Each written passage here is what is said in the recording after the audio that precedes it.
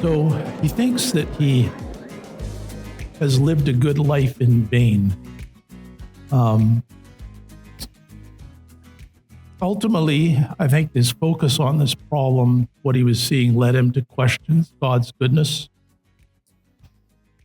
God's righteousness, and whether the cost of his relationship to God was really worth it. Possibly implied by the questioning, as well as whether the psalmist feels perhaps that he was owed something by the way he was living, by his righteousness, his pure heart, his innocent hands.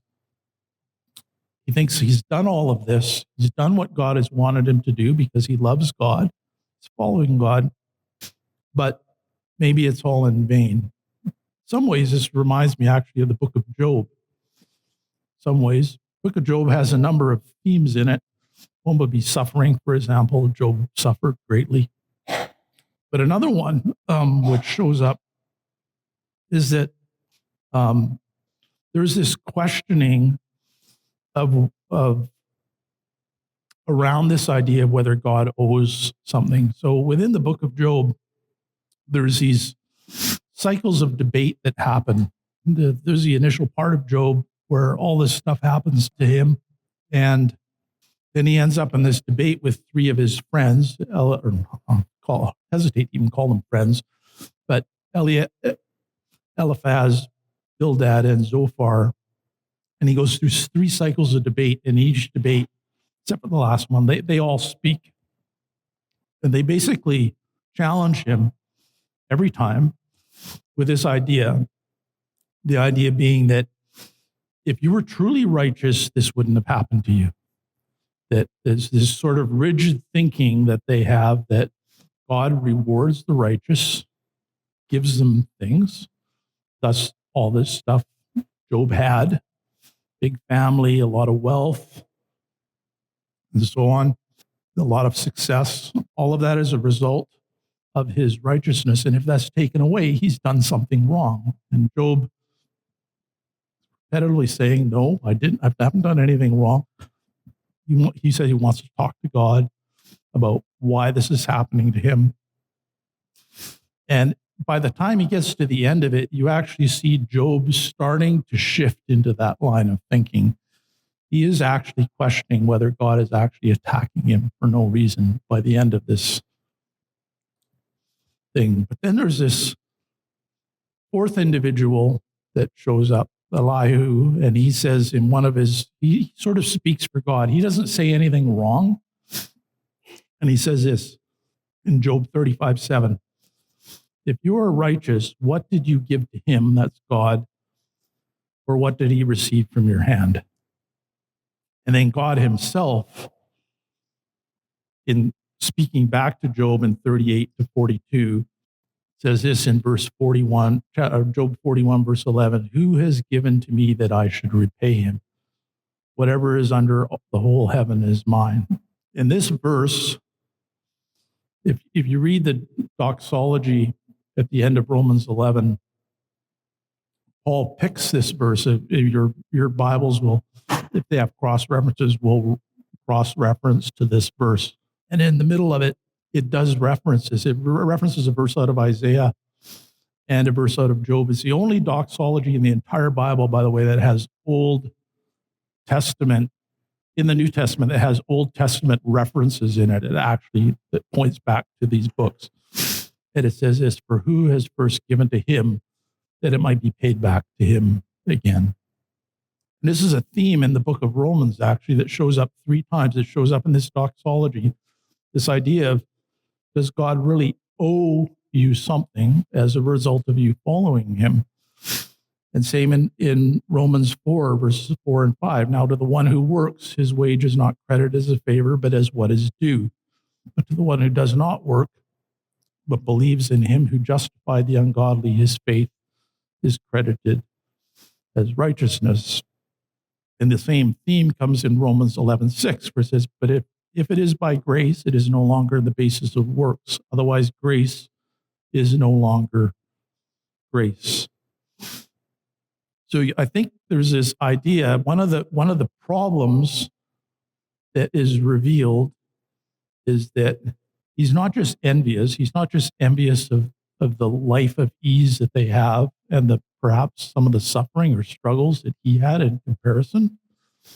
He's also, I think there's perhaps, and if we're honest, perhaps if we were to evaluate our own lives and look at some of the things we haven't engaged in or things that we have done that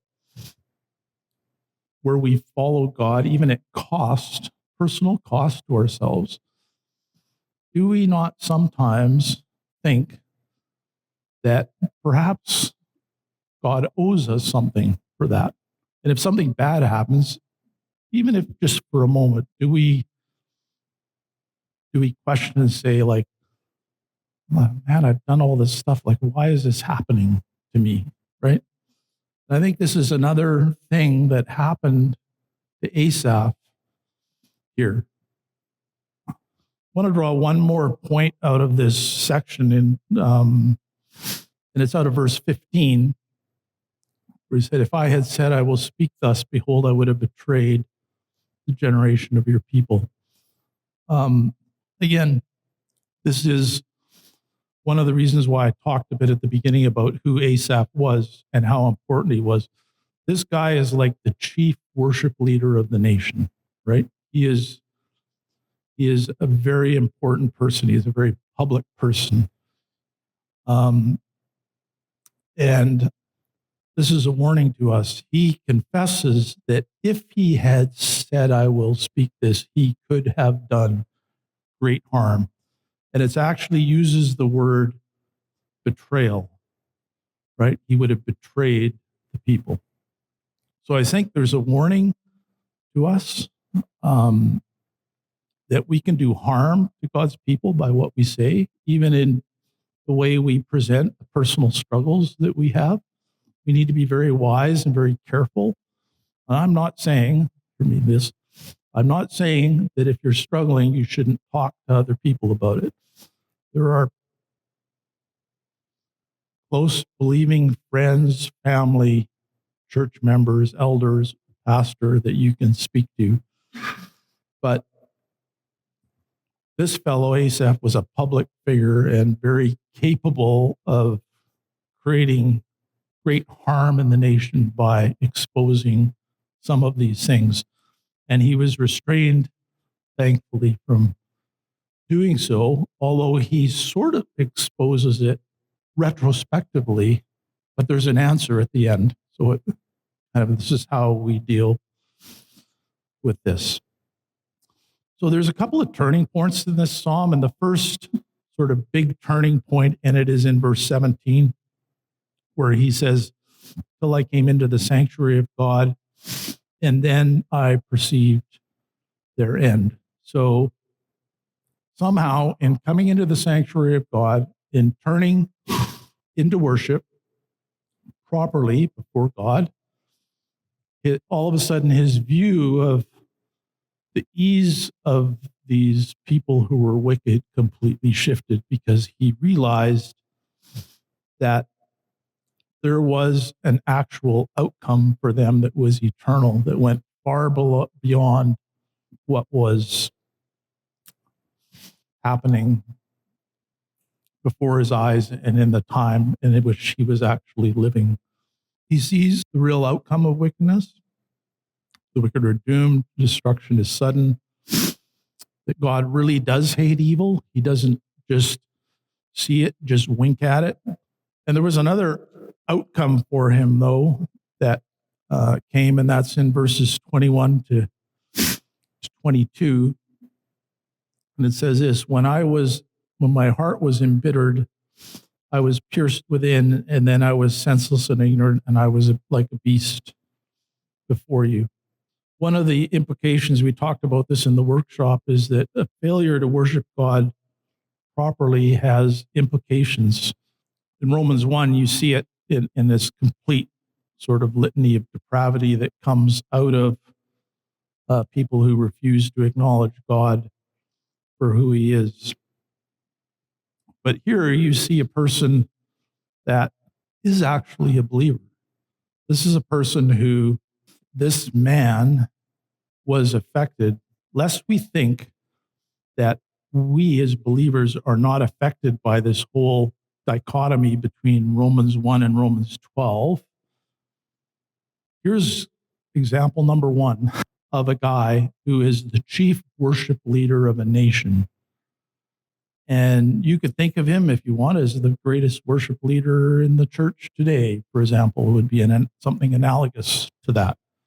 He confesses that this line of thinking, this little, not so subtle shift in his attention, actually made him senseless and ignorant and like a beast. And so that's a warning to us, I think. So you're looking, so one of the things I said, the dangers surrounding this concept of worship is that having our minds and our hearts deflected away from truly worshiping God, from worshiping Him in spirit and truth, has enormous implications to our ability to even think clearly about the things of God, about fellow believers, about things in the church. Profoundly disturbing. And he confesses that he basically was in a state of spiritual blindness as a result of it. And then you get to verse 23, and this is the second, what I'll call, turning point. And in some ways, I think it's the more important one. It's the word nevertheless. He confesses that nevertheless, I am continually with you. You have taken a hold of my right hand. With your counsel, you guide me, and afterwards receive me to glory. Whom do I have in heaven but you? Besides you, I desire nothing at all. My heart and my flesh may fail, but God is my strength, my heart and my portion forever. So he has this realization that God is actually his best. He realizes now that God was actually with him the entire time this was going on and holding his right hand. He has nobody but God, and that God was his strength when all else failed. So when his own strength failed and he was in trouble, it was God who actually rescued him. And then at the very end, you have this last couple of verses where it says, "For behold, those who are far from you will perish. You have destroyed those who are unfaithful to you. But as for me, the nearness of God is my good. I have made God my refuge, that I may tell of all your works." So you have this contrast between the wicked and those who belong to him. The wicked have nothing. They are far from God, and they will perish, absent them turning to God, because he's merciful to them and he draws them to himself to believe in Christ. But for him, the nearness of God is my good. I really love this phrase. My wife makes these cards. Maybe some of you in here have gotten these cards. She has little things to clip out things and makes them look very attractive. And she likes to write very, very good Bible verses in them. And she made a card for my mom when she was in long-term care with Alzheimer's, which was the residents of this long-term care facility had a sort of a glass case outside their door where they could display some stuff about themselves. And that card was in there. And this was the phrase that was in it, right on it. And it kind of really stuck with me ever since then, because it said, but as for me, the nearness of God is my good. And this is true. I mean, it was particularly true for my mom as a believer. She was kind of losing everything as she failed. But the last part of her to go was things related to her faith. If you would sing a hymn to her, if you would read scripture to her, if you would pray with her, or for her, you would have her attention. That would make her kind of come back or light up. That was kind of the last thing that was kind of really left of her at the end. And to me, it comes kind of echoed for her, right? You have this thing where she really had not much left in the way of the quality of life, certainly, but she still knew that she had the nearness of God somehow with her. This is a very powerful phrase. If you're in a dark time, know that the nearness of God is the greatest good you will ever have. And that's what the Asaph himself took away from this, out of this. In all of this, his worship was turned away from God. There was this problem. It was almost catastrophic for him, and yet God restrained him somehow. So you see, there's this. Again, I just want to recap just in conclusion, and I have a couple of application points at the end. He ended up understanding some things. He understood at the end, basically, that the eternal is a much grander thing than the temporal, right? What he saw that the wicked had, that's something that's in this life and for this life only. He had an eternity, and God was in eternity. In his turning away, I think you can see that in some ways God was diminished in his eyes, and he seemed to feel he was envious of what the other people had, and I think he felt he was owed something, which he realizes he wasn't probably owed anything by the end of it. He realized that he had been twisted and warped by what he was envious of, and his turning away from worship of God. And nevertheless, there was a reflection that God had held him in place. From application, I've got a few points in application. Not as many as Tim, probably, but a few. First of all, if we become twisted in our worship, in our view of ourselves and God, it's not solely an issue for non-believers. It can affect those who follow God as well. Asaph is an example of that. So we can't just go, not my problem. This can be your problem. So we need to be careful. More subtly, I think this revolves around typically how we view God and how we view ourselves. This is what happened to Asaph. He saw things that were happening, and it shifted his view of himself and his view of God in some way, and that had to be set right. And until it was set right, it had implications for him. I've talked about this before, but we need to be careful about how and with whom we share the struggles we have, particularly, I'll say this, for people who are in positions of leadership and influence over people. Damage can be done and believers led astray. Again, verse 15, the word betrayed is used. So we need to be very careful about that. If you're in a position of leadership, and this is not just speaking to pastors or elders or even worship leaders, as close to Asaph as you may all think you may be.